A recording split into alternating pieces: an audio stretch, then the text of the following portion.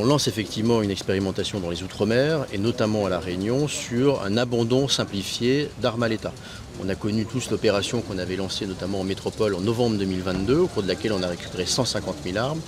Et de cette opération est née l'idée d'avoir un dispositif simplifié pour que tous nos concitoyens qui ont des armes à la cave, au grenier, puissent venir les abandonner simplement, non plus au commissariat ou à la brigade de gendarmerie, mais chez l'armurier de proximité. Sur ce qui est un autre sujet, qui est le sujet du système d'information sur les armes, qu'on a commencé à déployer avec les chasseurs en février 2022, on va l'étendre effectivement aux tireurs sportifs, qui est une population très importante de détenteurs d'armes.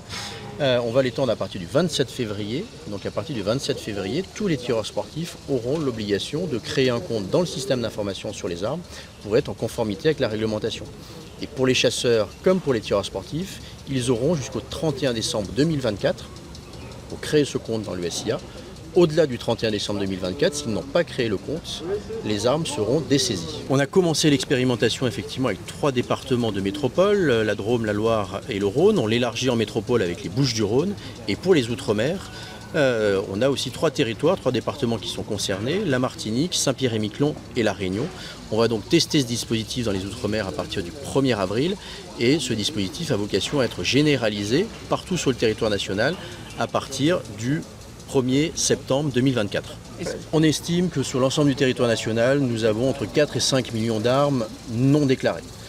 Sur ces 4 à 5 millions, on estime également que 90 à 95% d'entre elles le sont du fait d'un héritage. Ce sont nos concitoyens qui ont hérité d'une arme, qui n'ont pas fait les démarches administratives, qui sont sans doute un peu fastidieuses pour les déclarer et qui de fait les détiennent dans un placard, sous le lit, dans un grenier sans les avoir déclarées. Donc on incite vraiment tous ces citoyens qui sont des honnêtes gens, soit à les enregistrer dans le système d'information sur les armes pour pouvoir les conserver légalement, soit à les abandonner à l'État dans le cadre de ce dispositif qu'on met en place à partir du 1er avril. Majoritairement, ce que nous rapporte, ce sont des armes de chasse, mais on peut trouver d'autres types d'armes, des armes semi-automatiques, des armes automatiques, notamment de la Deuxième Guerre mondiale.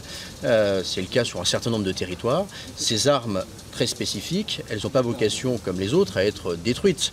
Ces armes, on va les conserver, on a vocation à les valoriser, notamment en les positionnant dans des musées. Si des musées de la Réunion sont d'ailleurs intéressés pour récupérer ces armes à haute valeur historique et patrimoniale, on leur donnera évidemment ces armes pour pouvoir les conserver à la Réunion. Parmi les enjeux de cette expérimentation et de ce nouveau dispositif, c'est de faire sortir ces armes des foyers de nos concitoyens qui ne les utilisent pas. Pourquoi ? D'abord pour éviter les accidents domestiques. Effectivement, on a beaucoup d'armes qui arrivent dans les commissariats, dans les brigades, déjà chargées chambrées, c'est-à-dire prêtes à faire feu. Deuxième objectif, c'est éviter les violences intrafamiliales, les violences de voisinage. En récupérant les armes qui ne sont pas utilisées, on évite ce type de violence. Et le troisième objectif, c'est d'éviter le vol de ces armes à l'occasion de cambriolage.